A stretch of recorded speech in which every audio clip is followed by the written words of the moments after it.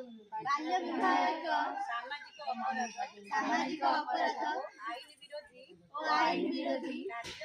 कार्य जहाँ झील मानकर शिक्षा सुरक्षा स्वास्थ्य और विकास को बाधा दे एवं स्वप्न पूरण बाधा सृष्टि करुछि। एही परिस्थिति रे संकल्प करे बाल्य विवाह विरोध रे समस्त प्रयास करिबी मो परिवार पड़ोसी और संप्रदाय रे कौनसी बाल्य विवाह घटिबाकु देबी नाही।